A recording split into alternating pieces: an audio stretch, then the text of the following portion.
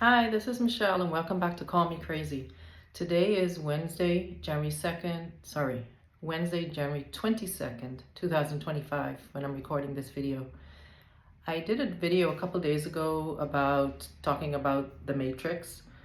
I think this video that I'm doing now can stand on its own, but if you want to get more context about what I'm referring to when I say the Matrix, you can go back and watch that video. It'll kind of give you an idea of where I'm going with this.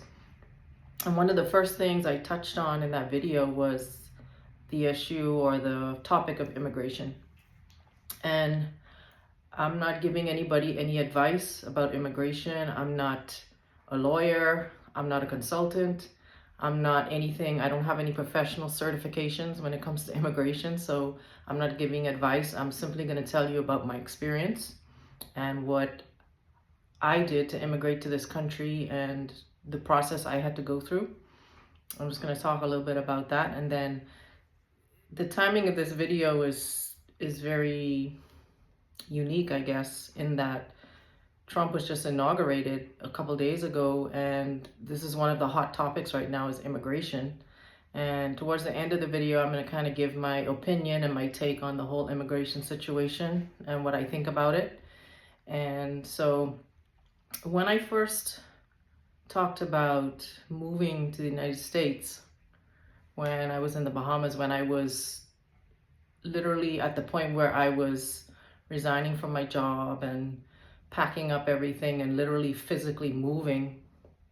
At that point, I already had my green card.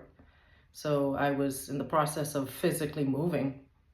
And I would tell friends or coworkers or acquaintances, say, hey, I'm about to make a move. I'm moving to the United States. I got my green card and I guess I'm going to be starting a new life. And people would say to me, oh my God, how did you just wake up and just get a green card just like that? And like, how did you do that so fast? And I would laugh because people have no idea what they're talking about. And what I mean is my green card was literally 14 or 15 years in the making. Yeah, you heard me right. I said years, not months. I got my green card through a family sponsorship, and I was sponsored by a sibling.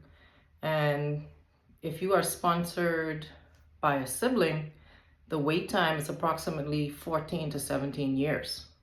So a lot of people don't know this. They just think, oh, I just got a green card just like that. But no, it doesn't work like that at all. I first applied, I shouldn't say I applied, my sibling applied on my behalf because you can't apply for your own green card. Somebody has to apply for you. So my sibling applied on my behalf in 2002. And then I had to just basically get on a waiting list because they only issue a certain amount of green cards for siblings of US citizens each year. So you basically wait in a queue and you have to wait for your turn to come. So he applied for me in 2002 and I just waited. I got on a waiting list and I went about my life and I lived my life, and I said, whenever it happens, it happens.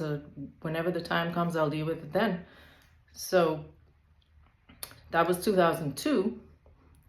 And in 2000, I think it was 2014 or 2015, I got a letter saying that my visa, because even though it's a green card, it's still a visa, my visa was ready to be processed.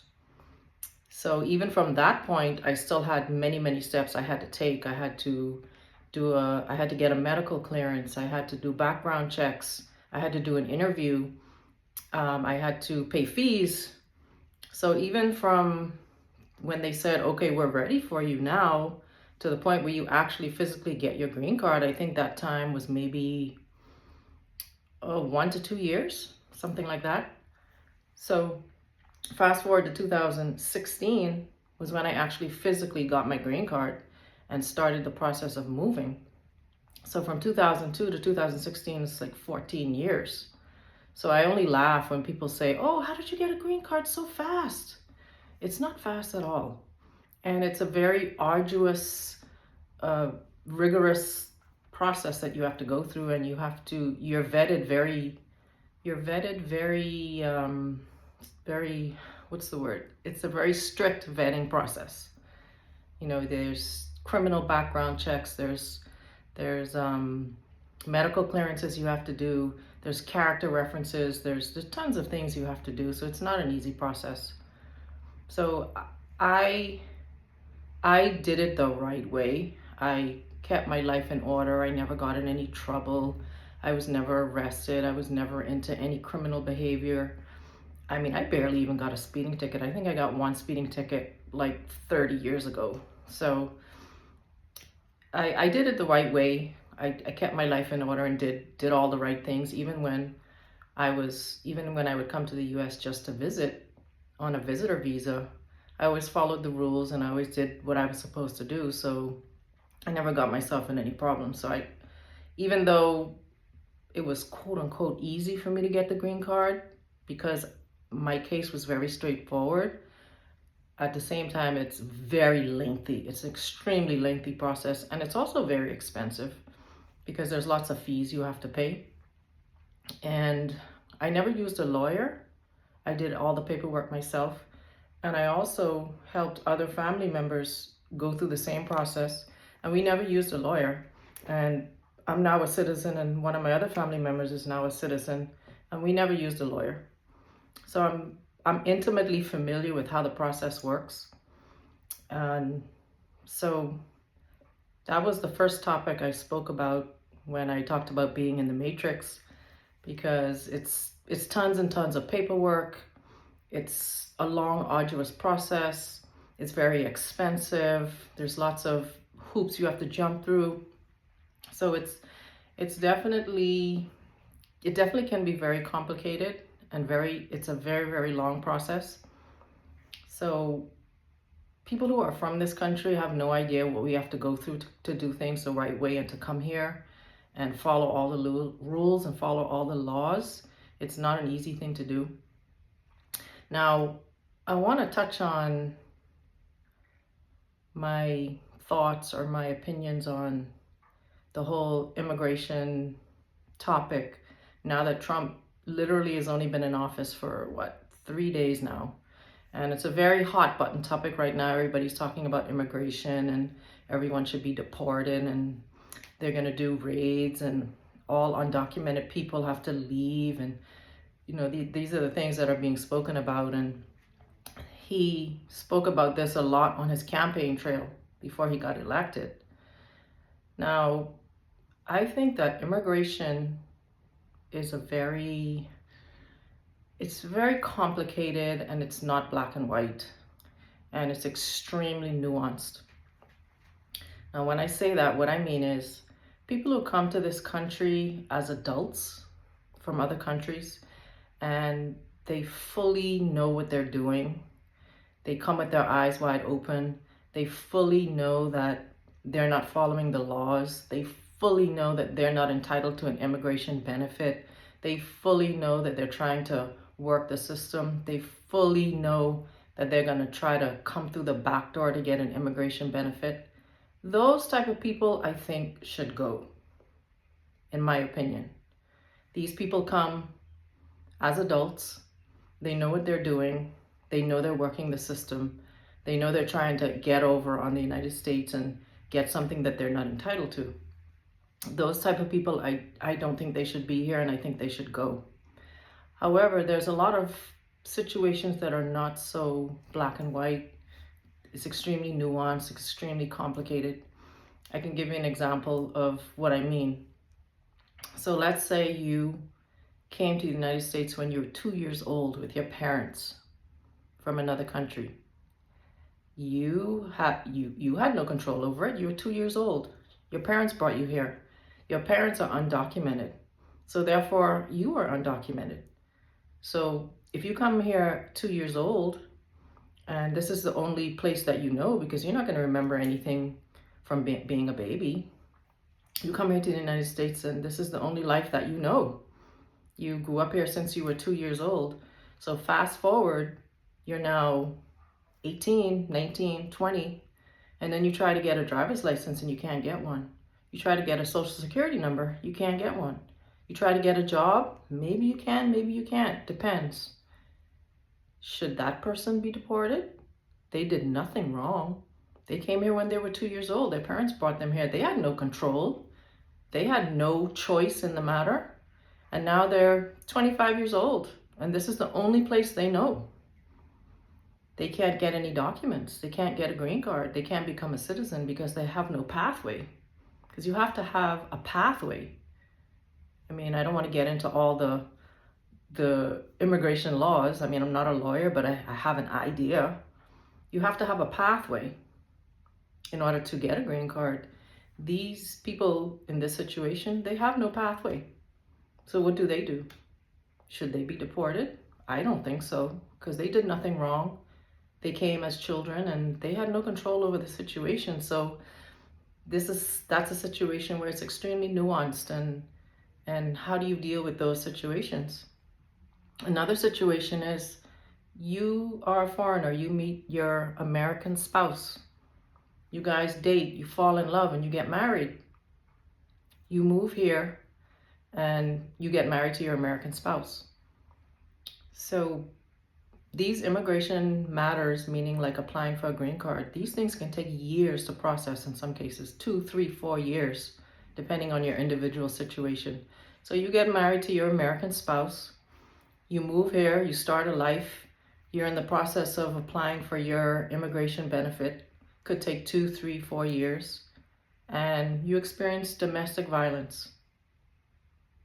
Should you be deported? You didn't do anything wrong. You came with you genuinely fell in love, you genuinely got married, you applied for the benefit that you were entitled to. But now, 2, 3, 4 years later, you're in the United States, you've started your life, you have everything set up, you experience domestic violence. Should you be deported? I don't know. There's no easy answer for that. And what about if you get married to an American and you've been here for several years and you apply for your green card, and then you find out that your spouse is not qualified to apply for you? Because there are certain instances where even the US citizen, depending on their individual situation, they can be in a situation where they can't sponsor somebody based on the criminal history and other things. So you marry a US citizen, you fall in love, everything is genuine, everything is on the up and up. You apply for your green card. 3 years later, you find out that your spouse can't apply for you. They're disqualified. Should they be deported? I don't know. Then there's another matter of, even if someone is to be deported, where are you going to deport them to? Let me explain. So in the Bahamas, we have a lot of Haitians that live in the Bahamas. Some of them have proper documents, some of them don't. Now, Bahamas does not have birthright citizenship, meaning that you're not automatically a Bahamian citizen just because you are born there. You have to have at least one parent who is a Bahamian citizen in order for you to be a Bahamian citizen. So if you have 2 Haitian parents that are living in the Bahamas who are undocumented in the Bahamas, and you are born in the Bahamas, you're not a Bahamian citizen, and you may have never been to Haiti in your life. You were born in the Bahamas, grew up there, your parents are Haitian. Who knows if you have a Haitian passport? Who knows if you don't? Who knows? So let's say some way, somehow, your parents who are Haitian bring you here to the United States as a child. I don't know how they would get here, but let's just say they got here. So you are now the minor child of 2 Haitian parents who are undocumented. You are not Haitian technically. I mean, I guess you are Haitian, but you don't hold a Haitian passport. Neither do you hold a Bahamian passport, even though you were born in the Bahamas. Now you're here in the United States. You're undocumented. Fast forward, you're now an adult. You don't have a Bahamian passport. You don't have a Haitian passport. You don't have an American passport. But you came here as a young child with your Haitian parents. So let's just say a decision is made to deport you. Where are they going to deport you to? To the Bahamas or to Haiti? You've never been to Haiti in your entire life. You don't even know Haiti at all. So again, it's very complicated. In that situation, even if you are to be deported, where are they deporting you to?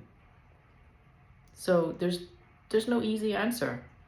So I just gave you maybe 3 or 4 scenarios where these things are nuanced and there's no easy answers. So I say all that to say that this immigration thing is complicated. And people who are born and raised in this country, no disrespect to them, but they really don't understand how complicated these things are. And they're so quick to say, oh, just deport everybody. In some situations, yes, but in some situations, no. So